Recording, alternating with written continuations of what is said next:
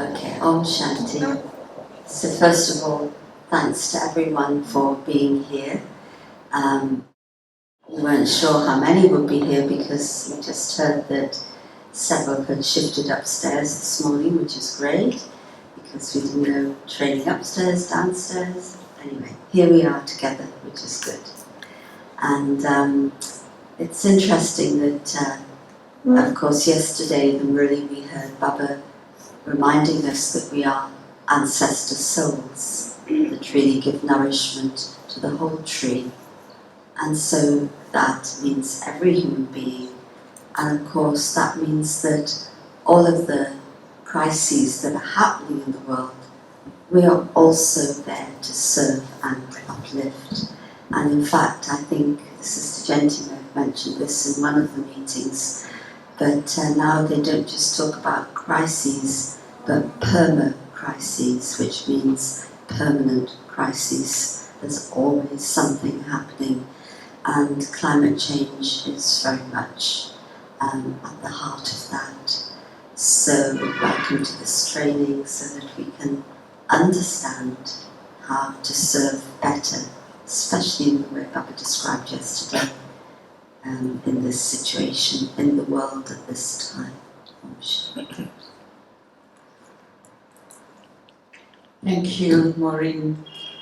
Yes, it's a wonderful opportunity to be in Madhuban, and one of the things we wanted to do is welcome you all to this green service training on outreach, because what we see with the work we do, you have here people who are in the team that has been participating in the climate change conferences.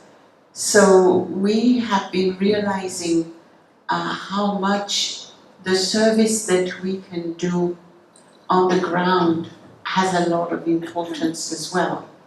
And then we reflected that one of the things we felt that we might not be very confident as Brahmins is to actually do this service of reaching out NGOs, local governments, interfaith people, scientists. So we thought it would be a very good opportunity here in Madhuban to talk about all that together. Some of you already have expertise in some of these departments, and some of you don't necessarily have it, but could be very great assets in making a difference in the level of communities, but also at the level of our own BK profile. Because the more the local BKs can work with local governments, local organizations, the more relevant we will seem to the whole big picture. But also the more we as a community will gain expertise on how we could do things to help people. And Baba in the Murli last night was really reminding us that we are the roots, we are part of the trunk, and we have a capacity but also a duty of serving the whole tree. So it's a wonderful opportunity that we are all here today to think together, and also we're going to share with you some of the things we know so that you're also aware of them. Maybe physically there is something that could happen, which is that you could come all a little bit closer to us, since there is so few of us. It would be nice to be more close, more together. And I give the mic to Carolyn. Om Shanti, good morning everyone. Nice that you're here. And we're actually looking forward to 3 very engaged hours and hope that some of you find this area of service interesting and engage in the future with us together. I just want to say why I think this is a very interesting or valuable area of service, outreach. Political fields, scientific fields, interfaith fields, which we usually not enter so much. It's not our primary interface, yes, but political fields definitely not a primary area of service for the Brahma Kumaris. But I, having been in this field also before Gyan as a spiritual activist, but then also since many years now in Gyan, I see that there are many really good people there, and my heart goes out to them when I see with how much dedication they really kind of do whatever they know of and can do to save the world or to make the world a bit better. I sometimes just think if I would not have knowledge, this is what I would do as well. I would try to make changes on the external level through political engagement and so on. And I'm again and again very touched when I see them, how they're ready to give up their sleep, they're ready to give up their youth age. Many young people engage. They don't mind not to have a proper childhood or youth because they are aware of what's going on, and they work and work and work to raise awareness in society. So I think really that in these areas there are very special people, and it's very worth serving them. Many are burned out, are not having any practice for self-sustenance. However, it's also a challenging area of service because it requires us to educate ourselves in areas where we usually don't, educate ourselves. We often don't even, or some BKs don't even read news and so on. So all of that is a challenge if we want to enter these things, and we will make in this training today we will talk about all these things, what's required to enter these areas of service. We will have also interactive sessions where we actually work on certain ideas and practice things. We hope the PowerPoint is coming up now, and I'm coming down to open the computer. But basically, I want to say that we have three areas three ways we include. One is information, knowledge. We share our experiences. The second is we have a little bit of practice, where you can practice, talking to a logic person, formulating things. And thirdly, networking is another topic. So I hand over to Valerian. Shanti. Thank you very much. So, just for you to know more or less how we're going to manage the day, the morning. So we're going to have a break so that we can, breathe a little bit out of it. We're going to have exercises as well where you can participate. And this is actually the purpose of the present moment. Because we thought that what we wanted is for you to tell us also what you expect and what you would like to do in this area, because the more we know what your heart is telling you, the more we can probably work together in a more efficient, pleasant and interesting manner. So Carol just now told you a little bit about what was her motivation. So I would like to ask you to sit back and just take a little piece of paper for yourself. We actually have here blue and red pieces of paper, orange. Maybe one of you would be willing to distribute them. One blue, one orange for each person. Can someone help Molly? Great, thank you. So, it's a very big area. It's the climate change, it's the biodiversity, it's the desertification, it's the crisis that is happening in relationship to fossil fuel. It's people who are working from NGO organizations, people who are working in their schools, in their communities, at the level of politics, at the level of advocacy. So you have so many areas. So I would like you to sit back a little bit and think for yourself, what would you like to get out of this training? And so just now you were distributed 2 pieces of paper.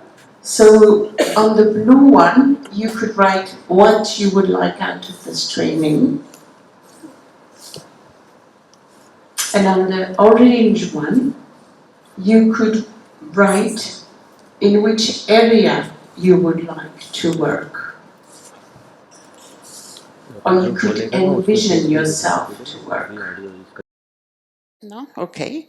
So I'll put my microphone at the beginning here, and we'd like each one of you to come and say your name and your key interest.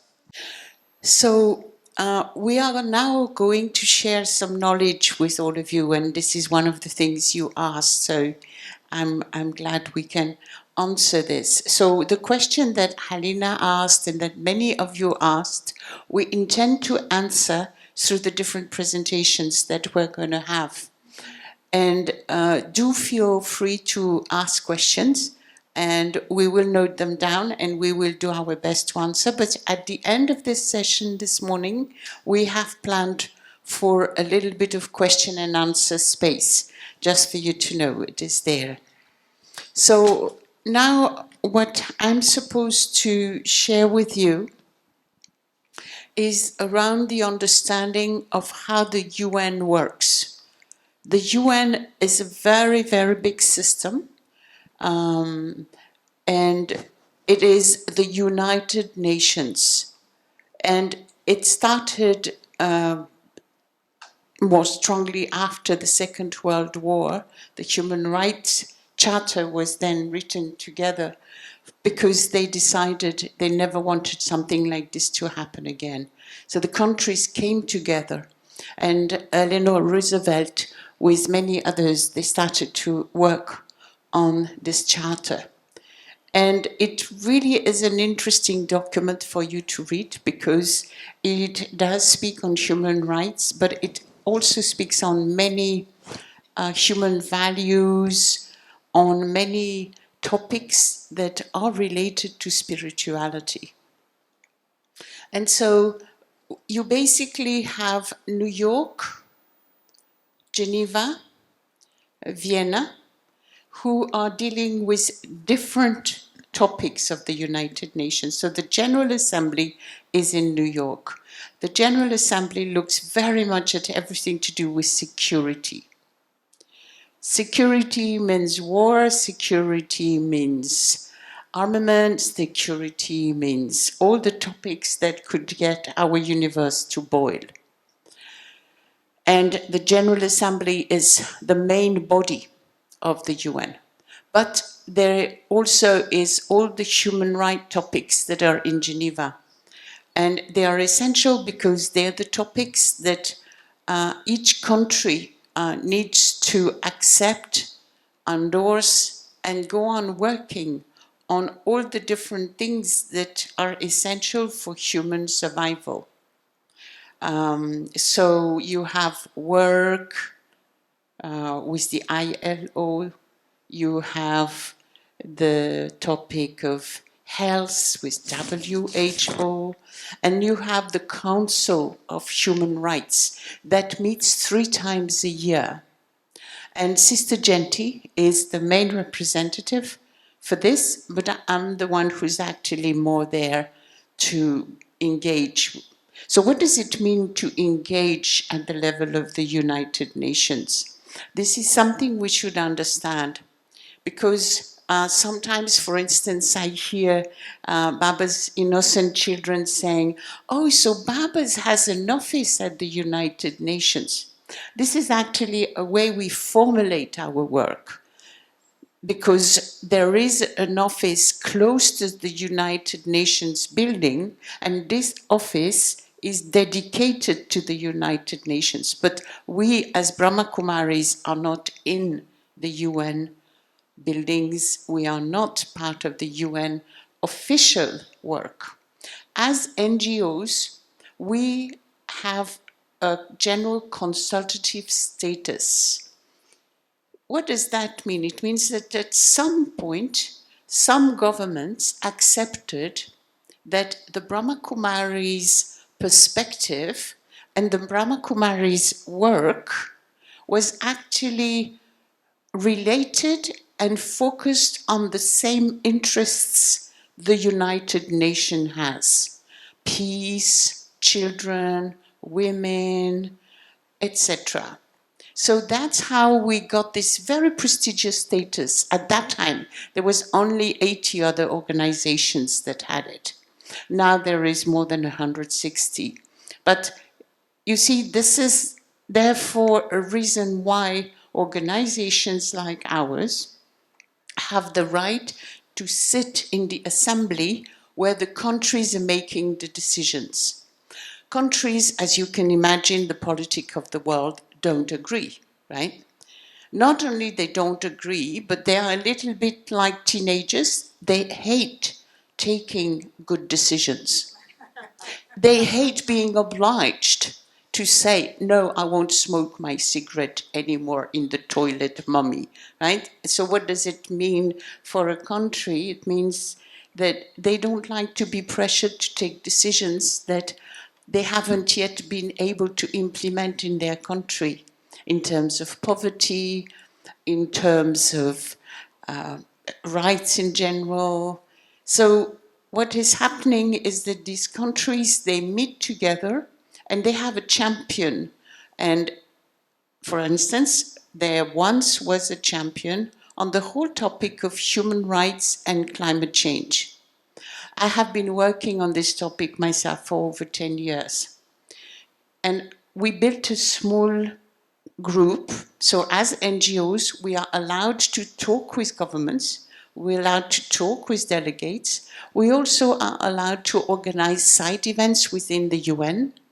We are allowed to invite people to come from the outside, but we need to provide the credentials of these people.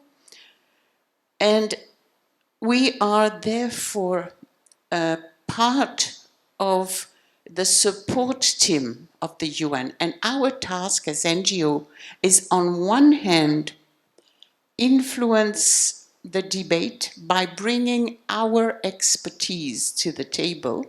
But on the other hand, our obligation is also to bring the UN's decisions and expertise back to the civil society through our network. So in a sense, that's what I'm doing now, right? I'm educating my community about how it works and the decisions that are being taken at the level of the UN. So the UNFCCC is the UN framework for climate change, as well as the UN on biodiversity and the UN on the topic of desertifications. They became three different, they call them, the political word is UN framework, but it's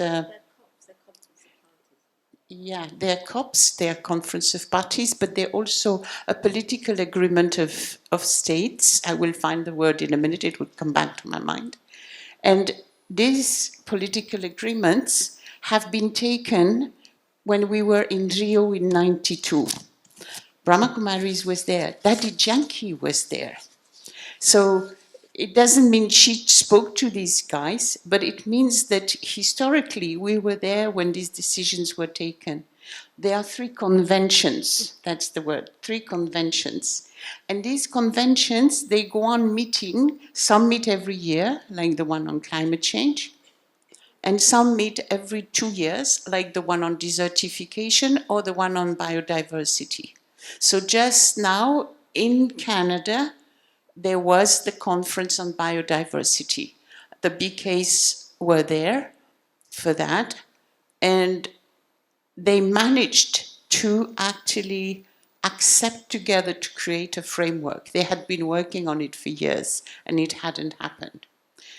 So us as organizations are there to facilitate this, to make these things happen, but also to bring substance into the debates. And at the same time, we are there afterwards to help on the implementation. So like many of you have said, I would like to work with communities, I'd like to work with people with anxiety, I would like to work with poverty, with health. So in a sense, what you are offering is a way to implement the decisions. So it is important for us to understand this, because when you're going to approach other NGOs, you're going to approach another organization that also has an interest in doing that work and who are legitimate at doing it. But we need to profile ourselves in terms of who we are and how what we do is relevant. So we have to find language around our expertise. And that's something that we said, one of the persons that was here was, I don't know how to talk about what we do. So that's why it's very important to think, to sit with Baba and to start thinking on how we can use the right language, how we can translate our spiritual concepts into language. And we're going to have an exercise later to do that. But now I'll pass on the mic to Maureen. Thank you. Thank you. Thanks for that understanding of how the UN works. It's quite mystical otherwise. And took me a long time to understand that COP means Conference of Parties. I thought, what's COP? So governments. So, what is the substance of what we contribute? A lot of what we do is around what's called the Sustainable Development Goals. Have you all heard about that? I'm sure you all know of those. And many of them are related to environment and, of course, development. We want to give people hope. Somebody mentioned, it's come up about climate anxiety, which is now a recognised term. There's been a lot of research into this, and in London, in fact, we're aiming to do in the autumn a symposium on climate anxiety with some experts and people on the field. So I hope we can record that and make it available. And so to give from the spiritual perspective, we can begin to give people a deeper understanding and some sort of hope. Because if people can feel a sense of their own inner potential, inner resilience, they can be back in touch with their own experience of inner peace, it actually gives them hope that they can cope with what's to come, and also that they have the strength to make a difference.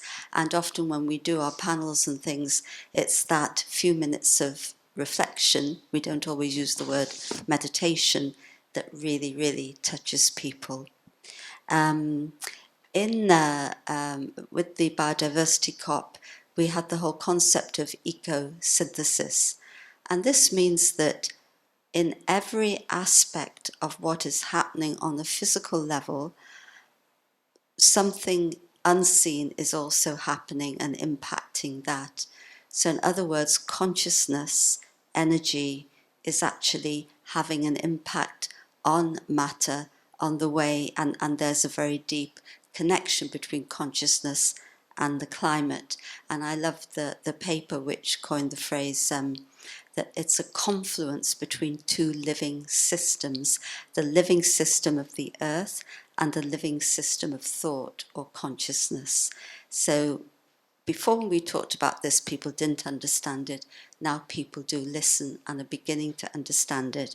And there's also a movement, which is not a BK movement, on subtle agroecology, which is very interesting.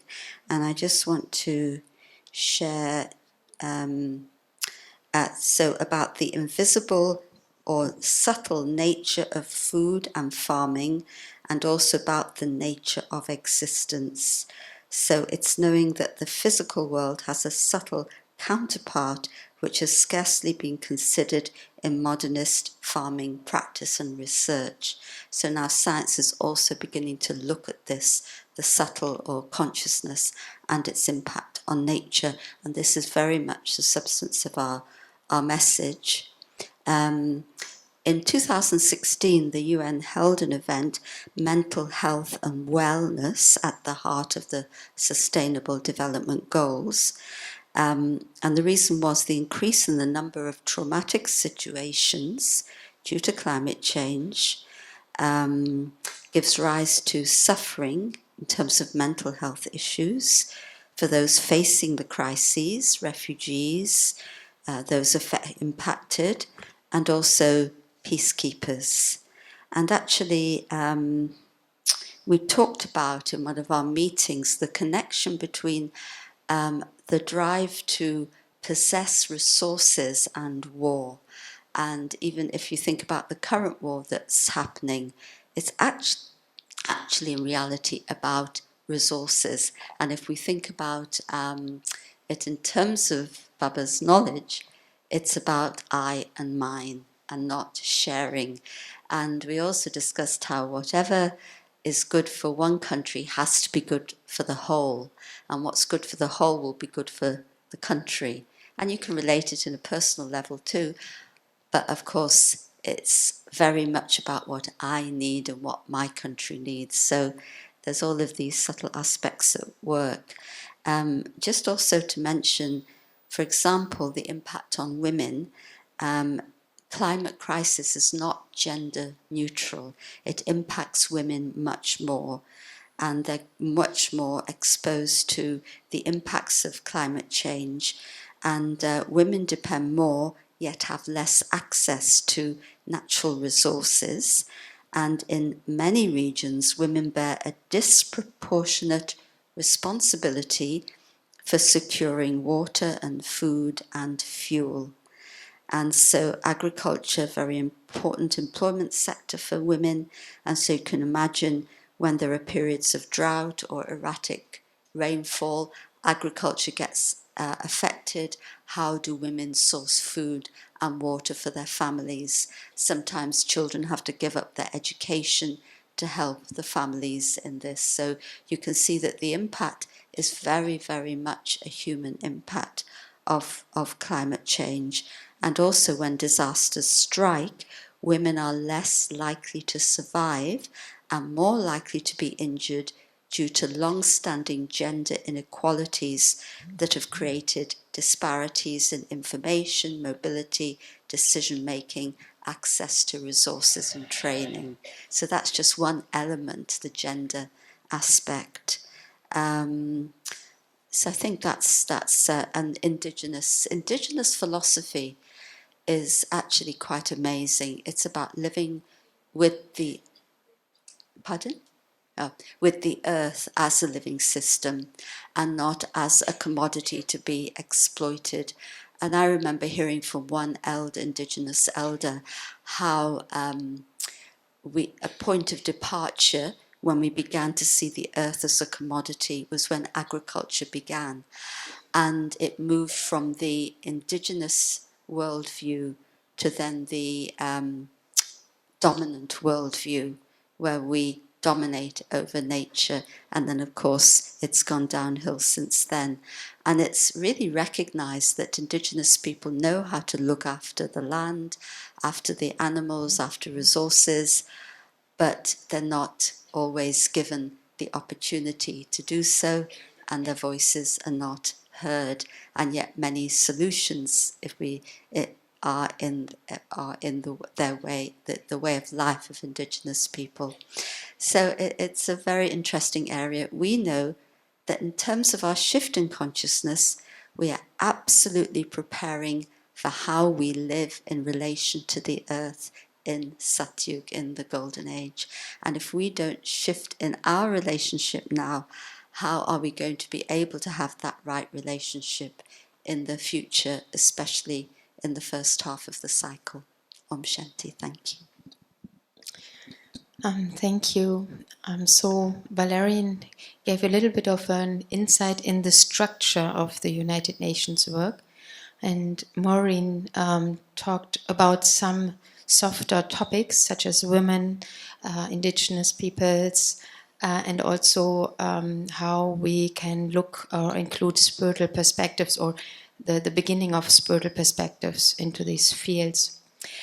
I will now talk on scientific angles, and also how the UN actually changed over many, many years. And actually, I'm talking about the climate change conferences from a very technical, political, hardcore, natural scientific conference to a conference which includes more and more and more and more the social dimensions of the problem. And Maureen mentioned already to women and indigenous. So that changed actually the atmosphere of the conference. Before it was just really technique, politics, hardcore science. But now, since a couple of years, already more and more people have begun to realize that there are big social topics involved, inequality and so on.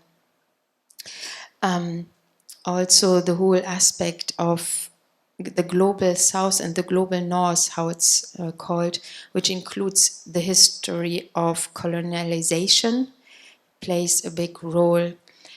Just to imagine, there are people and representing countries who have histories of not very good relationships. For example, one country overpowering the other, and then suddenly they have to sit on the same table and agree upon something, and they have total mistrust in the other. Again, the global north, like the Western countries, want to make profit, and we have to pay for it coming from the global south. And so these mistrusts are a big problem at the conference, so that the negotiations are not moving forward and getting stuck again and again. And we know how sensitive trust is. When do we trust people? It's a very complex thing. So here negotiations have to include relationships.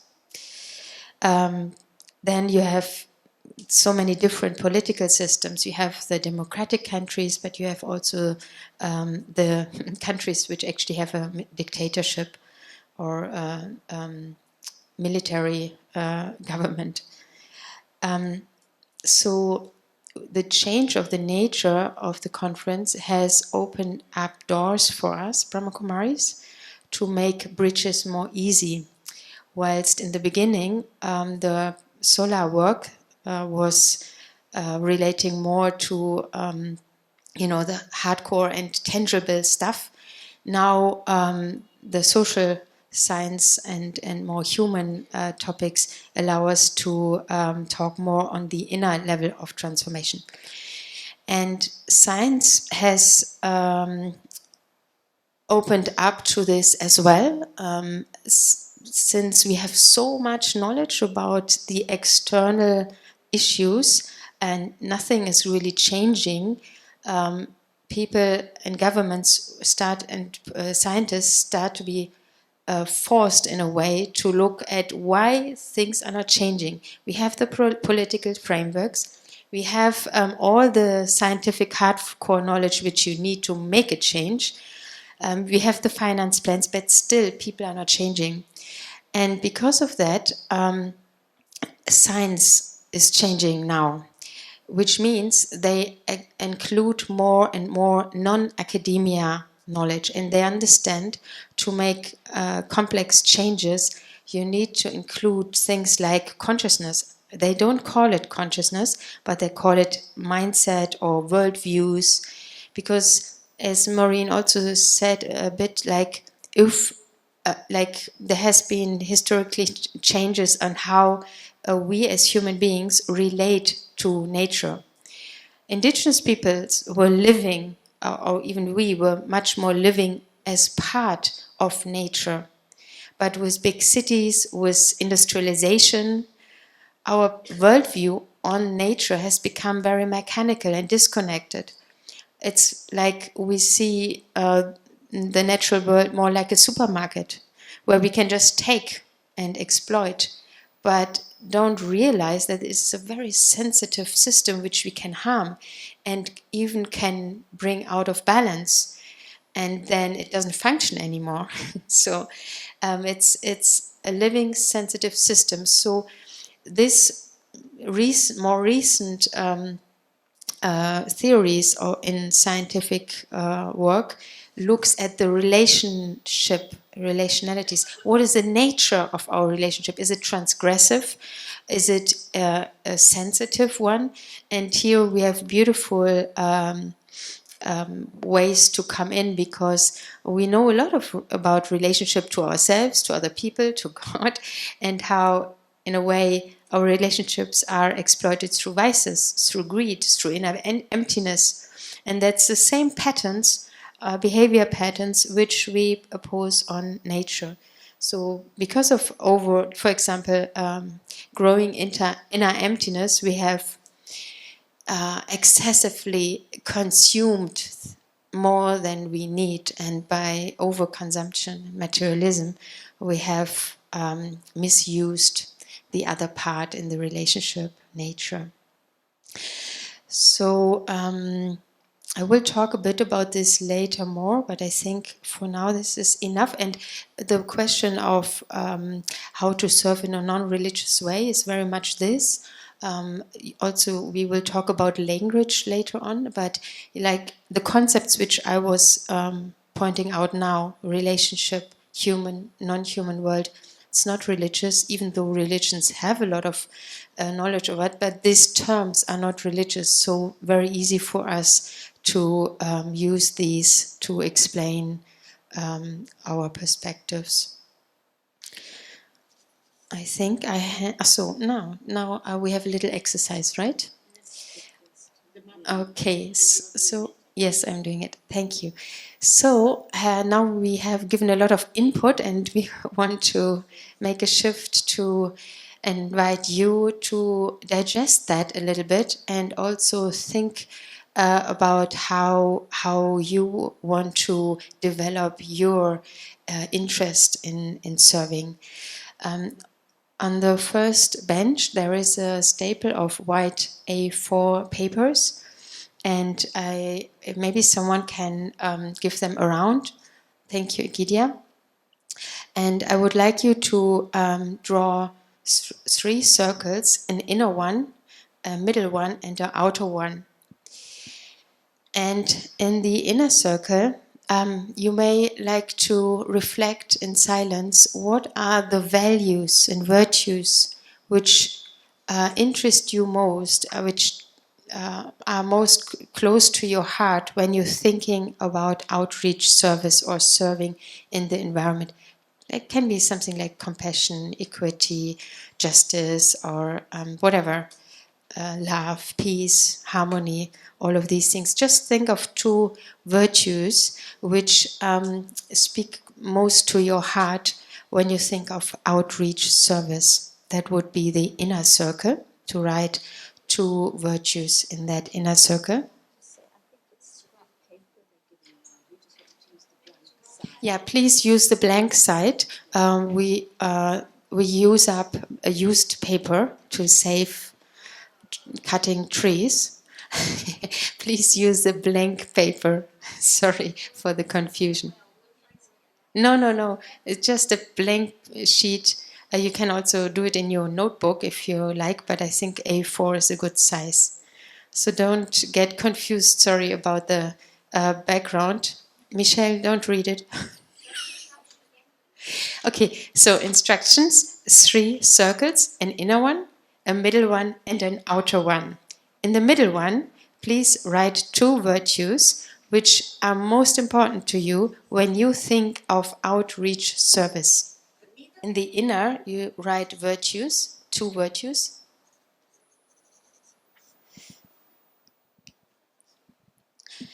And in the middle, just write some of the topics which spoke to you. Say 3 concentric circles for the English speakers. I don't know what that means, but should be very clear, yeah, for the English people here, English mother tongue people. Then in the middle one,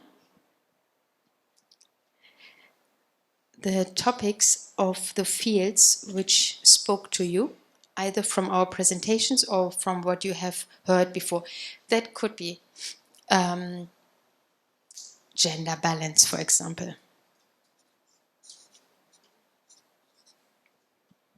Topics of fields of service. For example,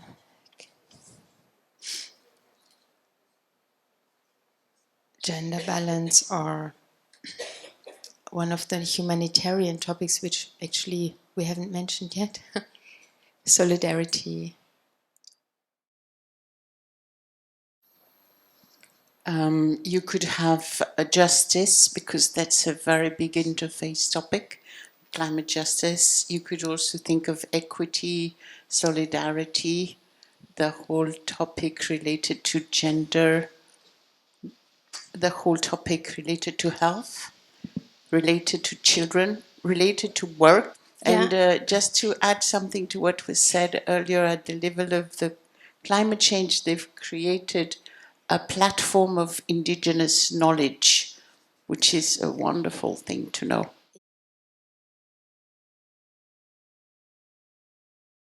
You're more drawn to a specific target group, like you're really interested in the scientific work, or you are interested in indigenous people's work or women work. I mean, women is also a topic, like would be justice.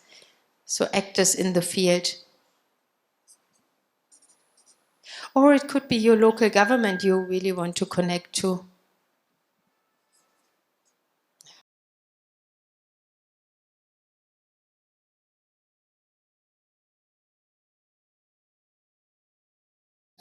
Hand over to Valerian. Thank you, Carol. And good to map your own interests. Very good to keep that in mind. So we wanted to speak to you now, the three of us, on how we've been working with these target groups until now. So we have been trying to raise awareness of the role of consciousness in climate change work. My job has been a lot through the Interfaith. When we were participating into the COPs, I became aware that the Interfaith people were meeting at every COP once to do a little bit of sharing on what their work was, and that was it. And I became interested in helping the conversation being richer, in helping the connection to become more acquainted, because it was natural for the Christians to connect together, but it was important to get the Muslims and the Buddhists and the Brahma Kumaris and all the different organizations on. So we started something called the Interfaith Liaison Committee that was appointed a little bit by the person who was the executive secretary of the UNFCCC. So executive secretary is the top person at the level of the administration. She became a friend of Baba. Sister Genti, met her many times. She's still a very good friend. Her name is Cristiana Figueres. If you want to do your own research, you can type Cristiana Figueres. She's doing many things that are very interesting around optimism in this field. Some of you spoke about depression and anger and anguish. it's a very good thing to listen to because she's really trying to focus on optimism. So anyway, I am holding meetings once or twice a month with all the different religions that are participating. And one of the things we've done recently is organize something called a Talanoa dialogue. Talanoa is a Fijian way to work on crisis. They call for a Talanoa dialogue when they are facing such huge crises that they want all the communities of all the different islands to come and be represented in a dialogue. And we have used the way they work to get all the different religions and the different people working with climate change, mainly in humanitarian relief. Some they help the negotiators, some help the governments, some come with a lot of demands, they come with science. So all these religions, all these people representing religions, we meet together and we speak around the topics that are essential: human rights, indigenous people, youth, gender. And we have conversations so that everyone can speak on the topic. And out of this big meeting that lasts more or less 3 hours, when we also share a meal, we also have a service, we create a call. So this call is actually going to take the voices of all the people back to the executive secretary of the climate change and the president of the climate change conference. The president being the person from the local country where the COP is happening, who is managing the negotiations. And this has been of excellent work because really, like the Merli yesterday, it has allowed people to feel they belong. They belong to the whole humanity, and all the religions are together. They belong to one entity of people who want to act for the vulnerable people and to keep the spiritual standards, the ethical standards up. So this has been a wonderful, wonderful place for Baba to bring his own expertise, and people really feel that we are making things move forward. So they always now, in the beginning when we started, they were looking like, what are we going to do?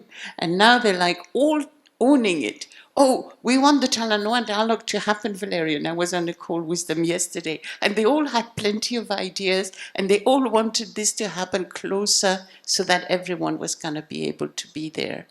So I'm really happy about that, because in the beginning it was difficult to get them to be there physically. But we also do it online. So if some of you would be interested in participating, you could participate and make your voice being heard as well. So I don't want to take any more time, but it's an idea of working with a particular group of people. Maureen, or I think it was Carol first and Maureen then? Carol first and then Maureen. Sorry, Maureen. No, it's okay. It's fine. Okay, just about working with other organisations, and I'll just say some general principles which probably are familiar to most of you, but it's very fruitful to work in partnership with other organisations in many areas, and through that you develop a new awareness of what's happening in that field. You also can bring new contacts, and also there's a lot of learning, because we know Gyan, of course, but we don't necessarily know everything about the field in which we're working and wanting to apply the Gyan. And I think one of the main things is the approach, as has been mentioned, is one of friendship. And as Baba said yesterday, giving people a feeling of belonging. And And I've seen it's a good model because, for example, I know we first used this many years ago in our prison work in the UK. So here's the BKs with spiritual expertise that we would like to give to the prison service, whether it's to the inmates or then we did seminars for staff. Here were a group of staff who wanted the spiritual influence in prison. We worked together absolutely as a team, so they helped us to translate the spiritual expertise into language, into processes that would then be meaningful to the prison staff, and it worked very, very well, and we really worked together as equals. So this kind of working can really be very, very fruitful. And I'd also say that it's so important to go out to other people's, if there are organisations we want to work with, go to their meetings, interact there, sit there, learn, because if you want people to come to you, you have to go to them. It doesn't happen by magic. So I just mentioned that. Thank you. Another example of collaboration with other organizations at the COP is an institute on sustainability from Potsdam in Germany. And they organize or have their own space, like a pavilion space at the COP.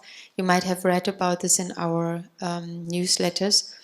But because of all the many years of friendship with many organizations, this research institute recognized Brahmakumaris as serious player in the field who bring in a non-religious, non-preaching way, a profound experience and knowledge about how to change on the inner level.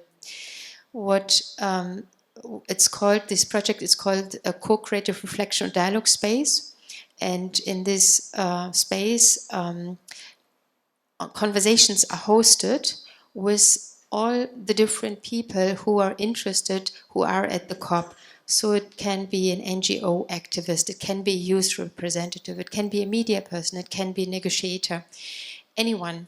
And the whole idea is of creating a different space which is allowing people to put up their head for a few minutes, like an hour if they have that much time, the head of their country, their political agenda, their role, and just meet as human beings and realize that we are all sitting in the same boat, have the same planet. And with that different consciousness, there is a connection, a human connection, which suddenly happens. And people, we have seen wonders in these spaces, from being angry, frustrated about how the negotiations work. They had this human encounter, something could relax, could soften, and they were even able to share tears with each other. And countries who would never come together because they are like, in fight, but that wasn't important anymore. They were seeing each other as human beings, just like that. And this happened, I think, 3 times: Madrid, Scotland, and Egypt. And Brahmakumaris is hosting in that space some of these dialogues. So this is a very valuable partnership we have, and we also do meditations in these spaces, and especially in Egypt. Government representatives from Germany, they just came along and sit down there because it was a different atmosphere than the rest of this challenging conference. And we said, we actually are having a meditation now, would you like to join? And they said, oh yes, we would love. And then after the meditation, they said, oh please tell your people to have that every hour, we need it. And I mean, this is the time is there, the doors are open. We just have to know how to name it in a way that it's understandable for them, and we can do it. Thank you. I just want to add one thing that I know certainly for Glasgow and for Sharm el Sheikh, and I don't know if before, all the the faith organisations put forward a proposal for a well-being space. It still was not taken up by the governments. So we have hopes for Dubai, let's see. But it is so, so needed. But the most popular stand, vibrant stand this time in Egypt was the children and young people stand that was sponsored by somebody, because these pavilions are costly, but it was amazingly vibrant. The young people, and they attracted ministers there and the Prime Minister of Barbados, and but energy of young people, the energy of meditation, well-being, contemplation, so vital in these conferences and in the world, actually. Thank you, Maureen. We thought now that we could talk a little bit about something important, which is the role of media. Because the tendency is that I read it in the newspaper, so it's true. And especially about something like the COP and the climate change, it is such a huge, enormous topic with so much variety. Like just now, we talked about the pavilions.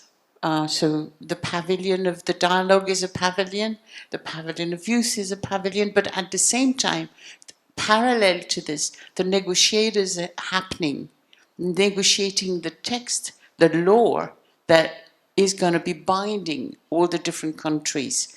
There's only 500 of them, and they are working hard. But nobody knows what they do because it's very difficult to understand the mechanisms. So we want to serve these people because these people actually have the future of our planet in their hands. But how to do that is something we need to do before. So, for instance, how to find them?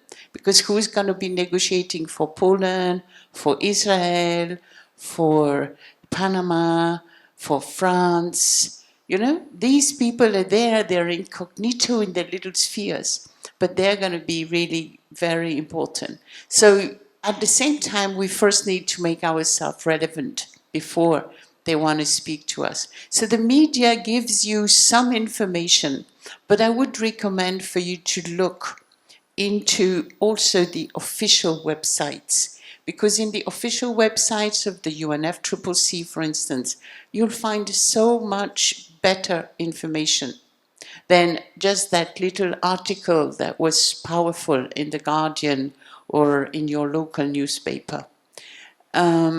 So this is something where we really encourage you to do your own research. And, for instance, there is a platform of knowledge for indigenous peoples. What is it? What do they do? How can you connect to that?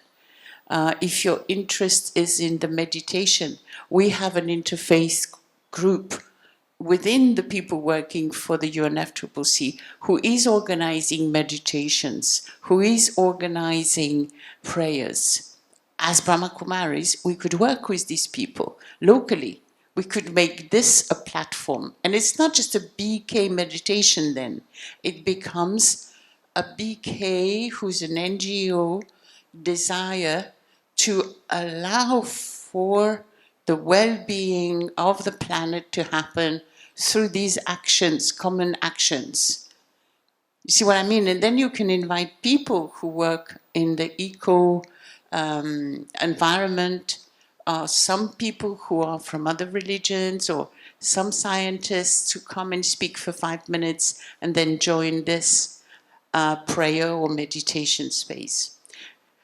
I'm just giving this as an example that there is also a bit of danger with media, because sometimes we would be so happy to be in the newspaper as BKs, or we would be so happy to be on TV. We think maybe that will glorify Baba, but we have to pay a lot of attention. I was in a conversation the other day with Brother Eric from Canada, who is a professional in the field of news, and he was saying how the news can really make all your beautiful intentions become like a little clown show and make fun of what you do and make you really, really tacky and not appropriate. So we sometimes need to actually refuse it. Engage with the people personally, but not always good to be in the news. I'm just saying this because, you know, my innocent Valerian inside feels, oh, I'm going to be able to do somethfor Baba, but we have to be very cautious. We also want you to be aware that what is reported in the mainstream media is not always true, that's what I said already, but it's not necessarily either what's really important in the field. That's why I talked to you about Figueres earlier on, because she does these things on optimism. So she brings amazing people who do amazing positive work, who can actually bring amazing examples. Like there is this green, I mean, I know it in French and I always forget it in English, but the Brahma Kumaris are contributing to this green wall in Africa. Great Green Wall in Africa. It's in different countries of Africa, because one of the problems of climate change is these corridors of dryness that are happening. It's happening in India, it's happening in Africa, it's happening in Central America. Nothing grows. It becomes totally bare. So by putting some irrigation, by bringing trees, the right trees and right place, irrigating properly, you can actually bring life back. And so some countries do that together. Brahma Kumaris have been joining this amazing, and Aneta has been joining with Sister Grace some of this work. So just a little bit of ideas of when it is that you need to look for yourselves. So now we're gonna go on with an amazing exercise on language. Om Shanti.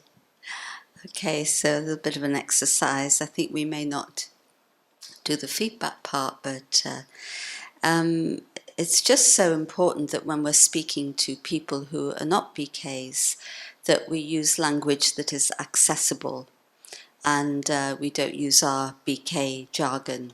You know, for example, oh yes, I came into knowledge. Ha ha ha. So, you know, that's very cult-like. I began studying with the Brahma Kumaris. That's normal. See the difference, you know? And sometimes there are phrases that come in the Murli that we integrate into our language. The only one I could think of this morning was pulling your ears. You know, Baba says, I'll pull your ears. And I remember at one point thinking, I've never heard that before, but I use it in my language. And actually, it's not used in English in that way. And when I looked it up, it's a very old phrase to mean listening, getting your head into business you shouldn't get into. But it's not used, and it's just an example. We absorb phrases, but it's translated from Hindi in a literal way. I'm just talking about language now, not, of course, Gyan concepts, it's different. And so just be aware of absorbing things into your language, which you then repeat, and will be just a little bit strange to people. So language, very important. So we thought we'd do a little exercise. Is this on the slide? Maybe. We'd like you to get into groups of 3, and we'd like each of you in the 3 to play a different role. So one will be the BK, who is explaining the Brahma Kumaris Environment Initiative, and then the other 2 can play a role of one of these. You can be, I can read it from here, a scientist, a religious person, an activist, a government minister, climate change NGO rep. You can be an indigenous person, businessman from an oil company, or you might find something else. But the other 2 take on a persona each from this list. And the BK has to spend 10 minutes then explaining to them what the Brahma Kumari's Environment Initiative is about in plain language, so that they don't come away thinking, well, that was a bit strange, who are these people? But they are able to take us seriously. So, you ready to try this? Get into groups?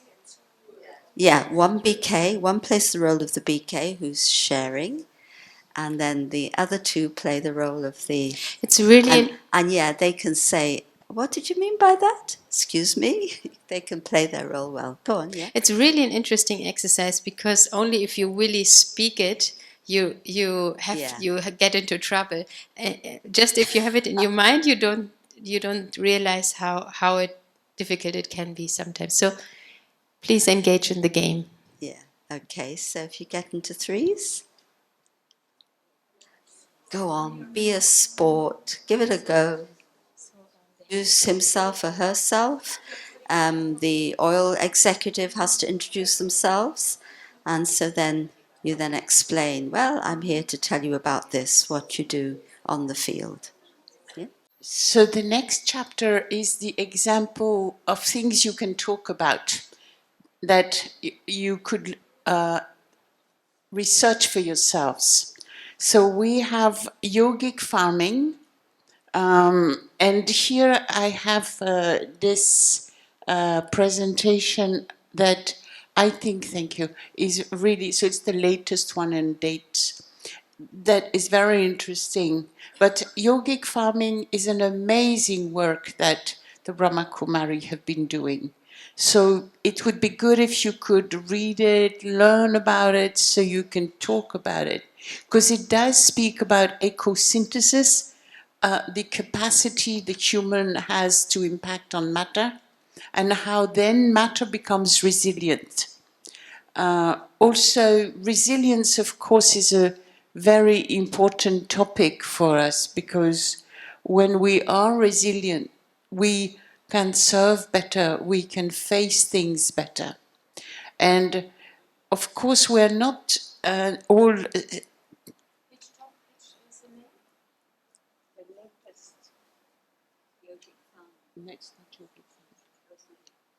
So it's very interesting to study the whole resilience topic. It's done by non-BKs for now, but BKs have a lot of knowledge on it, and we can bring a lot of insights. So I would advise you to look into that. And then one of the topics that the Interfaith speaks about is hope, because only spirituality can bring hope into this debate. And the kind of hope that we can bring is something we need to research as well, because we can't tell them, don't worry, God's in charge, tomorrow's golden age, right? We can't go that fast in terms of shortcuts. But we can speak, like I was interviewed on something related to when we do have an impact, and I made them aware that people who meditate start thinking out of the box and therefore come up with answers and solutions in many different fields that are very useful. And also, lifestyle changes is something that's really positive and that we do already, and that we can really get people to see that they can also do something, because that makes a big difference in terms of the footstep of human beings on the planet. So I will now pass on the word to Maureen, who will speak to you about other projects that you can talk about. Yeah, actually, I'm not going to say too much because I think everything actually is on the ECO website. If you go to eco.brahmakumaris.org, all our projects are there. Yogic farming, sustainable yogic agriculture has been mentioned, and that has its own website. And India One, of course, has its own website. And so I would encourage you, rather than give more details now, I would encourage you to go there, and there are many things that you can talk about. Thank you. Just some examples of terms which you would come across once you enter the environment field, and probably would need to research. When it comes to climate change, there are the terms of mitigation, which means reducing climate change by changing the amount of CO2 which we produce. Then adaptation means to adapt to the causes or the effects of climate change, like how to deal with, for example, not having electricity, or how to deal with natural calamities, actually. And in this adaptation, then another step is resilience, which is when a country is really already facing a lot of hardship and loss and damage, lost housing, lost food systems, and so on. And resilience would be something where we also can easily connect to that all of this will come. Yes, we try not to scare people, but actually in the environmental fields, people are informed and they know that certain things cannot prevent it anymore. These things will come. So we need to, we go more into the empowerment way. Like if you empower yourself inside, you're able to be much more resilient and deal with a changing world.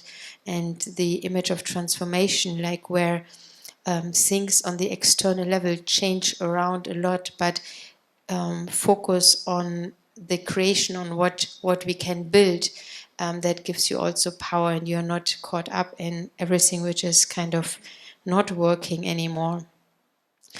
So these are terms which you would come across: adaptation, resilience, loss and damage, mitigation. And each of these terms have big concepts around, and we connect to these, or we bring spiritual perspectives to these topics. Okay. You want to show something? Say something? I just saw and met with a lovely sister who's called Priyanka. She does amazing work in terms of yogic farming. She works with the communities, and she has managed to pull other NGOs, to pull government funds, to pull also concepts around kitchen gardens for each habitant. It's very poor villages that she's targeting. And so these people then learn how to cultivate much better products, feed their families much better, be proud, because that's one of the things we realize with yogic farming. It's that the people who are actually doing yogic farming, they become so proud of what they're doing because they enjoy it and they see the impact. Whilst I was traveling and seeing these farmers, I also met with the other farmers, and they were scruffy and poor and unhappy and had zero self-esteem.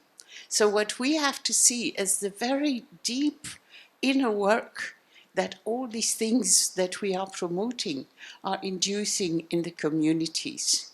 So I just wanted to add this. And we thought it would be really important to, these words that Carol mentioned just now, they really are very important in the level of the climate change work. So when you work with NGOs, they will use that language. So it's good if you inform yourselves more about what they mean. But we also wanted to speak about self-service, because this is very demanding. I have friends who've committed suicides because it's so sad what we're not managing to make happen. And so for my own well-being, I've had to go on creating things that are positive to keep me above this terrible sadness and anger that people are facing. And that's when I created these commentaries of meditations around serving the elements in harmony with nature that we're still using. And so this is so important, that you take care of yourself so that when you arrive, you shine. And when you absorb, like Elizabeth was saying, it's so easy to absorb all this energy of these people. But we really need to be centered in our own practice and to be able to share it with others. And so I'll pass on the mic to Carol, who wanted to add something on this and maybe conduct a meditation. I don't know, but I think we should give some time to questions and answers and finish with the meditation. That's very good. Good idea. So we have filmed this training and it's going to be on our website. So you can share it with your friends if you want to. And we are also available, the three of us, to answer further questions when you start going into the lion cage. Yeah, maybe to summarize the 3 steps is really to connect. First, study the field, find out who are the NGOs in your cities. Usually they have meetings, WWF, all these big players or religious environmental groups. Write to them, ask if you could participate, learn, study what they do, study the language, and then write down a few sentences how you would present yourself, Brahma Kumaris, so it's coming easier on your lips in these contexts relating to their language. And then regarding collaboration, what are others doing? What are we doing? How can that connect? And it requires journey, and we are there for being thinking partners. And we actually hope that some of you might work with us in some ways, because we have to enhance our group. Thank you.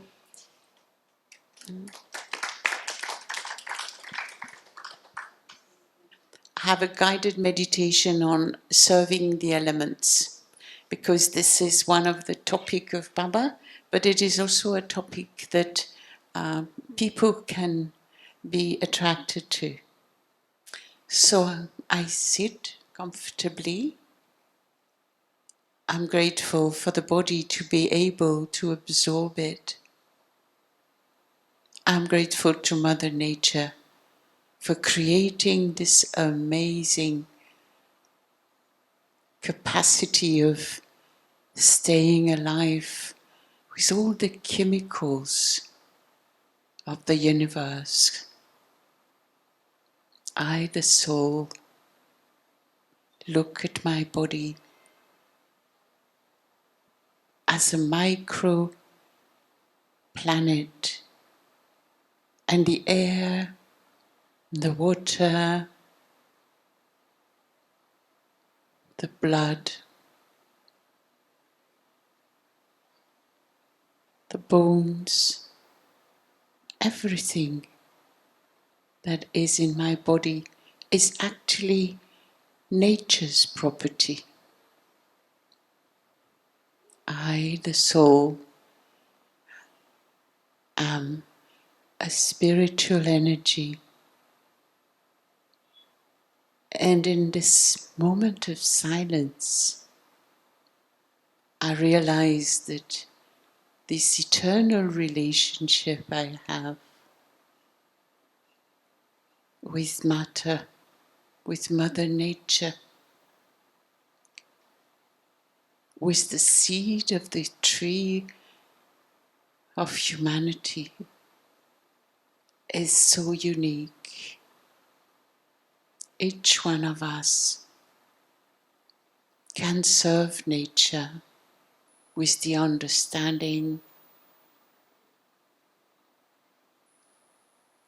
of our eternal relationship as souls with the Supreme Soul, the seed, the ocean.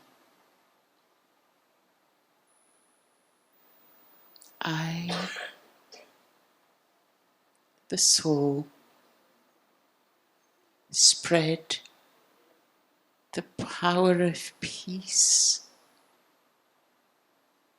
the power of love, the power of light into the elements of nature to help nature rebalance, harmonize, regain its dignity and its incredible generosity. In silence, I am grateful to the source of light and power that has taught me patiently about my original nature, my healing, bestowing ancestor role towards the whole tree of humanity,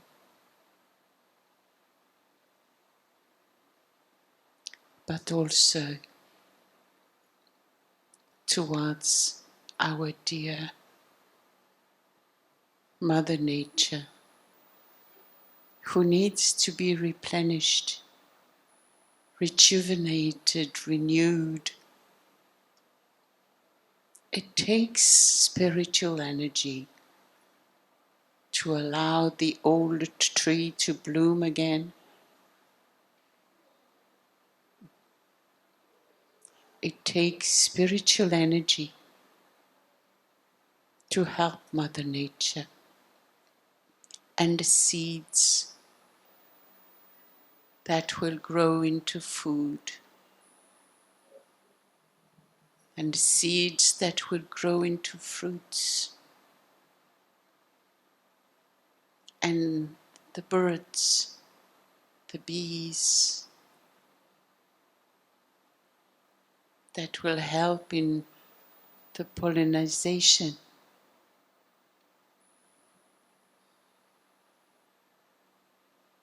As so I look at the amazing creation as a detached observer, I see its beauty. I appreciate the greatness of creation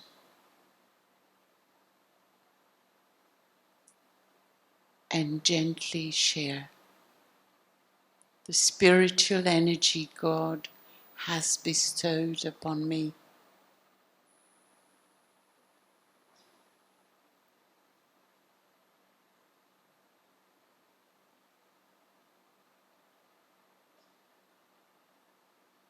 Visualizing how the invisible elements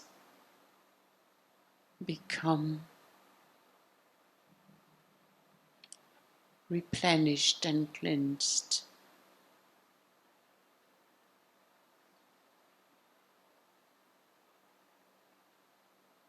Noble and pure.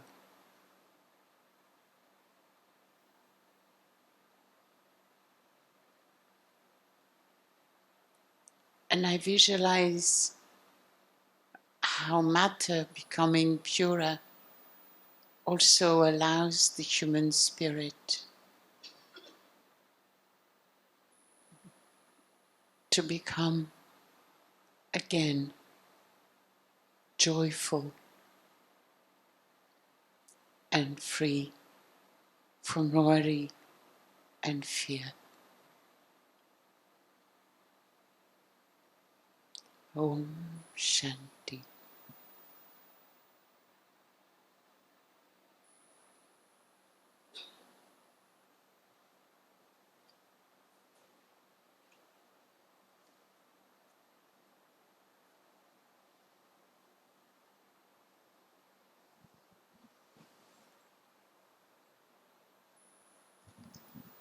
Thank you for coming and for your interest.